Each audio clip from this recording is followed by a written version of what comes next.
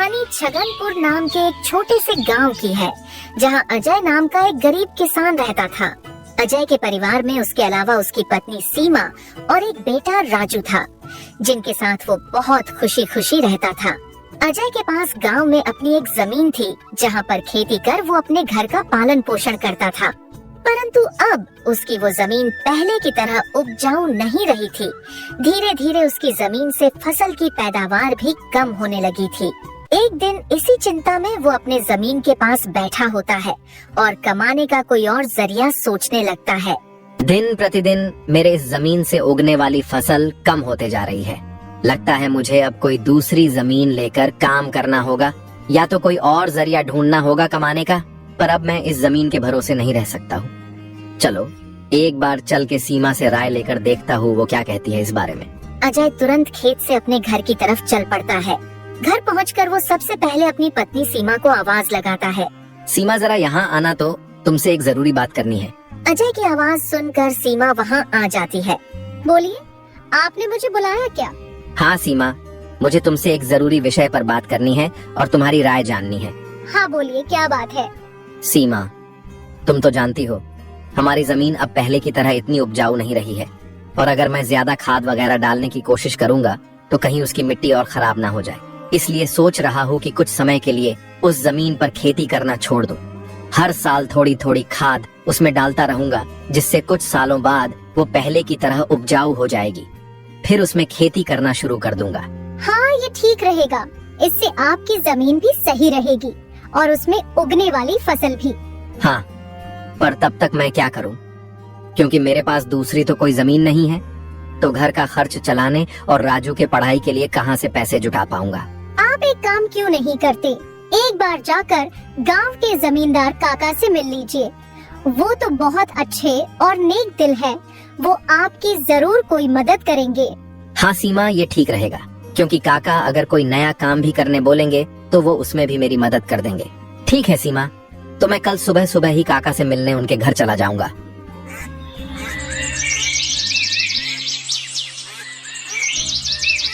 अगली सुबह अजय जमींदार से मिलने उसके घर के लिए चल पड़ता है। जमींदार के घर के बाहर पहुंचकर वो जमींदार को आवाज लगाता है। क्या आप घर पर हो? अजय की आवाज सुनकर जमींदार बाहर आता है। अरे आओ अजय बेटा, बोलो क्या हुआ, कुछ काम था क्या? हाँ काका, आपकी एक मदद चाहिए थी।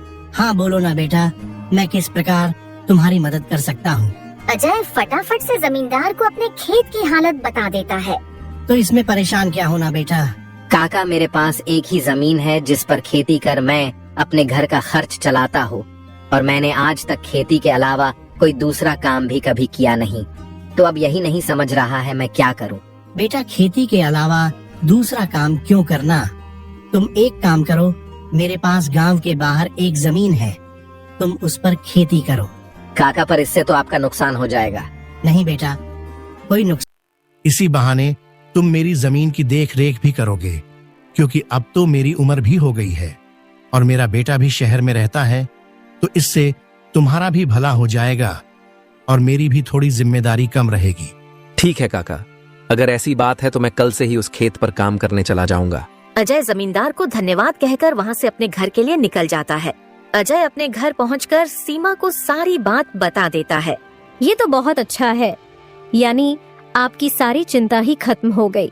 हाँ सीमा, अब मैं काका के खेत पर बहुत मेहनत करूंगा और कोशिश करूंगा कि एक दो और खेत खरीद लूं, क्योंकि भविष्य में ऐसी समस्या आए तो उसके लिए हम तैयार रहे।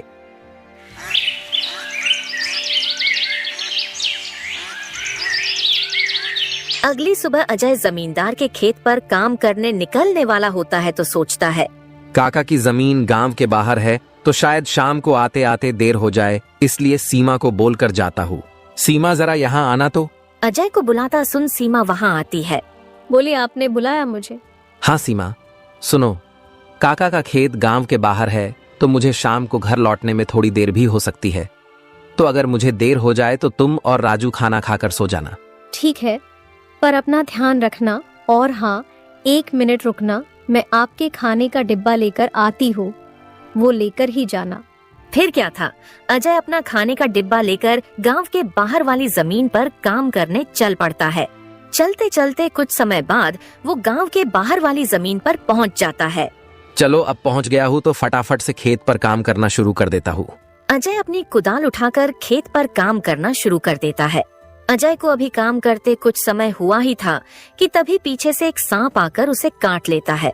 सांप के काटने के कुछ समय में ही अजय चक्कर खाकर वहीं गिर जाता है। यहाँ अजय सांप के काटने से बेहोश हो चुका था, पर गांव के बाहर होने के कारण उसकी खबर अब तक उसके घर वालों को नहीं चलती है। सुबह की अब रात हो जाती है और सीमा अजय का इंतजार कर रही होती है। माँ को इतने परेशान देख राजू पूछता है, क्या हुआ माँ, पिताजी अब तक क्यों नहीं आए? बेटा, तुम्हारे पिताजी आज काम करने जमींदार काका के गांव के बाहर वाली जमीन पर गए हैं और उन्होंने मुझे बोला भी था कि उन्हें आते आते देर हो जाएगी, पर अब कुछ ज्यादा ही समय हो गया है। माँ, आप क्यों फिक्र कर रही हो? पिताजी ने जब बोला था कि उन्हें आने में देर होगी तो कुछ सोच समझकर कहा होगा। एक काम कीजिए, आप जाकर सो जाइए। राजू की बात सुनकर सीमा अपने कमरे में सोने के लिए चली जाती है।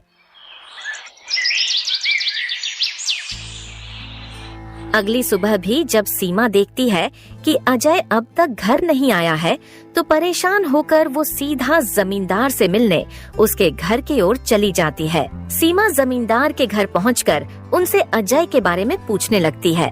नमस्ते जमींदार काका। नमस्ते बेटी, बताओ कैसे आना हुआ? काका, अजय कल आपके गांव के बाहर वाले खेत में काम करने गए थे, पर अब तक घर नहीं आए हैं। क्या कहा बेटी? अजय कल गया था और अब तक घर नहीं आया? हाँ काका, उन्होंने मुझे कहा था कि खेत गांव के बाहर है तो आते आते रात हो जाएगी, पर अब तो रात की सुबह हो गई, पर वो अब तक नहीं आए हैं। चिंता मत करो बेटी, मुझे थोड़ा समय दो, मैं अभी किसी को भेजकर पता लगाता हूँ कि अजय कहाँ है। जमींदार तुरंत अपने घर में काम करने वाले घनश्याम को अजय को देखने अपने खेत पर भेजता है। कुछ समय के बाद घनश्याम जमींदार के खेत पर पहुंच जाता है और वहां का दृश्य देखकर वो परेशान हो जाता है। ये क्या, अजय का तो पूरा शरीर नीला पड़ चुका है। मुझे लगता है इसे किसी सांप ने काटा है। मुझे तुरंत जमींदार जी को ये बात बतानी पड़ेगी। घनश्याम वहां से भागते भागते जमींदार के घर के लिए निकल जाता है। घनश्याम जैसे ही जमींदार के घर पहुंचता है, उसके कुछ कहने से पहले ही जमींदार उससे पूछने लगता है, क्या हुआ घनश्याम बेटा, तुम इतना दौड़ते हुए क्यों आए और क्या तुम्हें अजय मिला?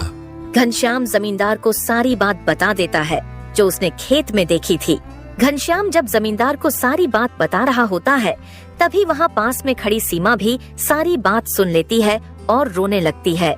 घनश्याम, तुम सबसे पहले वैद्य जी को लेकर वहाँ पहुँचो, मैं सीमा बेटी को लेकर वहाँ आता हूँ। घनश्याम को वैद्य जी के पास भेजने के बाद जमींदार सीमा को समझाने लगता है। सीमा बेटी, पहले तो तुम रोना बंद करो और जल्दी से मेरे साथ चलो, क्योंकि तुम्हारे रोने से अजय ठीक नहीं होगा। फिर क्या था, जमींदार सीमा को लेकर अजय को देखने उसके खेत के तरफ निकल जाता है और घनश्याम वैद्य जी को लेने दूसरी तरफ निकल जाता है। जमींदार और सीमा जब वहां पहुंचे तो उन्होंने देखा अजय बेहोश हालात में खेत में गिरा था और उसका पूरा शरीर नीला पड़ चुका था। सीमा अजय के पास बैठकर रोने लगती है। तभी वहां वैद्य जी आ जाते हैं।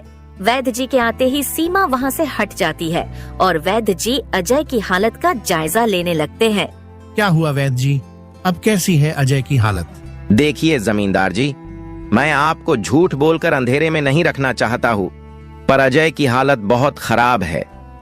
वैसे तो मैंने उसे जहर को काटने वाली औषधि दे दी है, परंतु जहर अजय के अंदर कुछ ज्यादा समय तक रह गया है, जिस कारण वो प्रगाढ़ बेहोशी के हालत में चला गया है।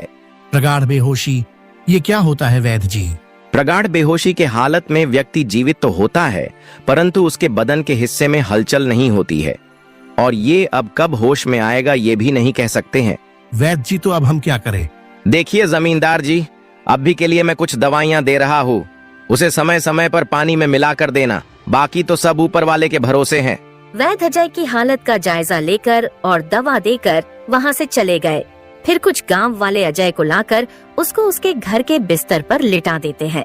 देखो सीमा बेटी, तुम बिल्कुल चिंता मत करना, तुम अजय की अच्छे से देखभाल करो, देखना वो बहुत जल्द ठीक हो जाएगा और तुम्हें अगर किसी भी चीज की कोई भी जरूरत हो तो मुझे जरूर बता देना, और हर महीने मैं तुम्हारे लिए और राजू के लिए कुछ पैसे भेजता रहूंगा, पर तुम हिम्मत मत हारना।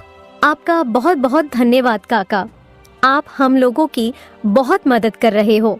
जमींदार फिर वहाँ से सीमा को दिलासा देकर चले जाते हैं। जमींदार के जाने के बाद वहाँ राजू आ जाता है और अपने पिता की हालत देखकर सीमा से उसका कारण पूछने लगता है। माँ, ये पिताजी को क्या हुआ है? बेटा, तुम्हारे पिताजी को कल खेत में सांप ने काट लिया है, जिस कारण वो बेहोश हो गए हैं। माँ, तो पिताजी होश में कब आएंगे?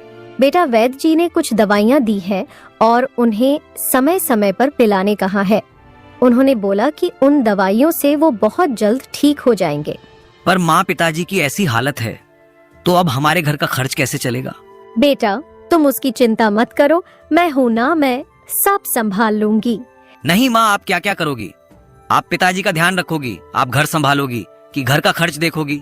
माँ, आप बस पिताजी का और घर का ध्यान रखो, मैं अब खेत पर काम करके घर का खर्च चलाऊंगा। राजू की ऐसी बातें सुन सीमा भावुक हो जाती है।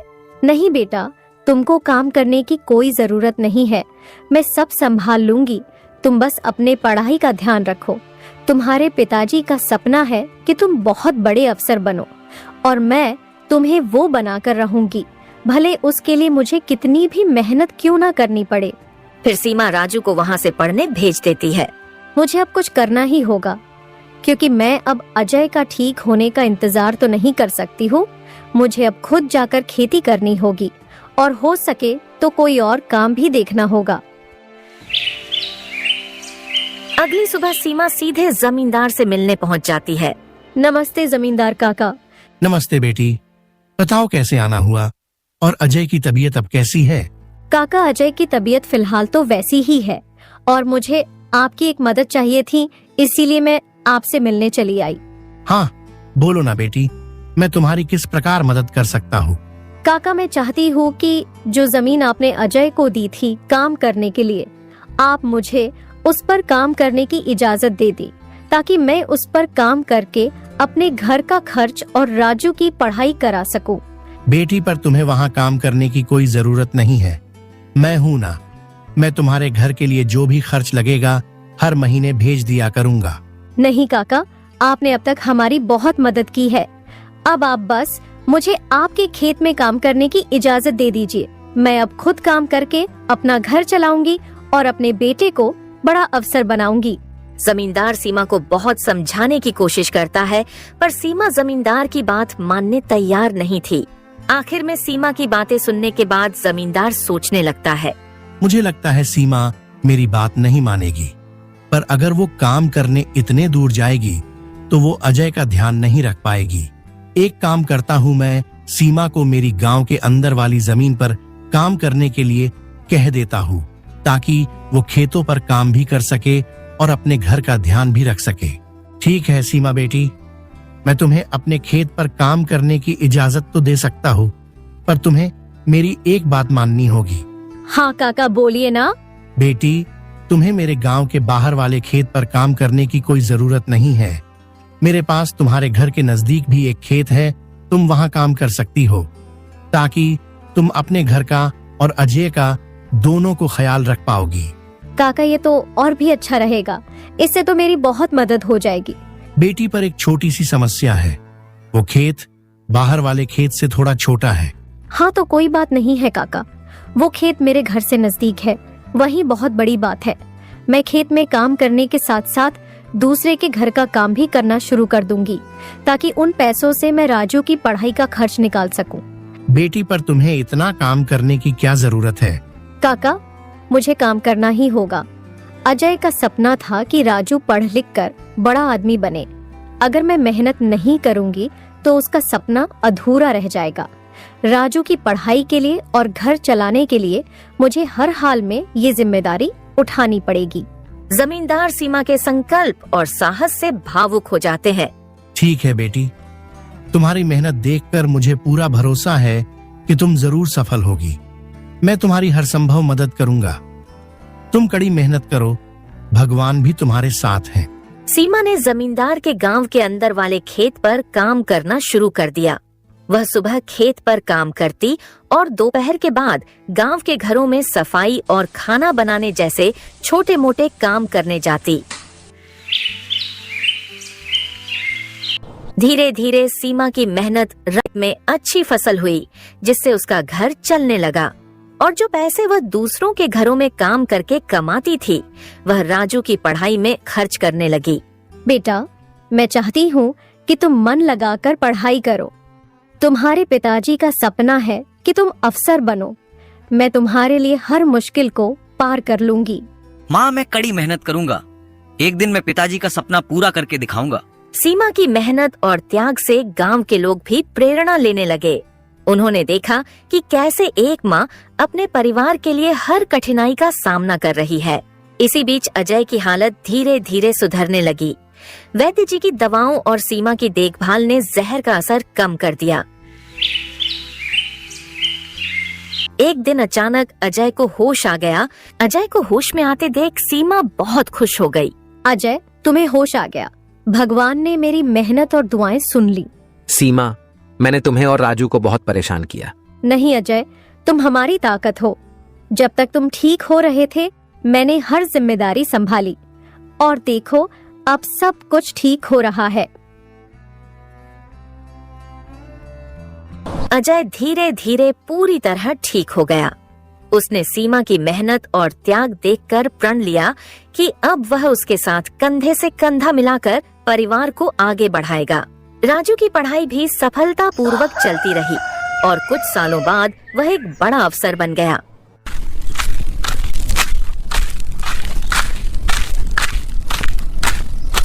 माँ, पिताजी, मैं आज जो कुछ भी हूँ वह आपकी मेहनत और त्याग के कारण हूँ। नहीं बेटा, ये सब तुम्हारी माँ का बलिदान है। उसने हमारे परिवार को बचाने के लिए हर मुश्किल का सामना किया। सीमा का त्याग और अजय का साथ, दोनों ने मिलकर एक नई मिसाल कायम की।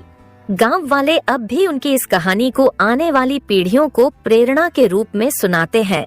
इस तरह माँ का त्याग की यह कहानी हमें सिखाती है कि एक माँ का समर्पण किसी भी चुनौती को पार कर सकता है और परिवार को जोड़ कर रखता है।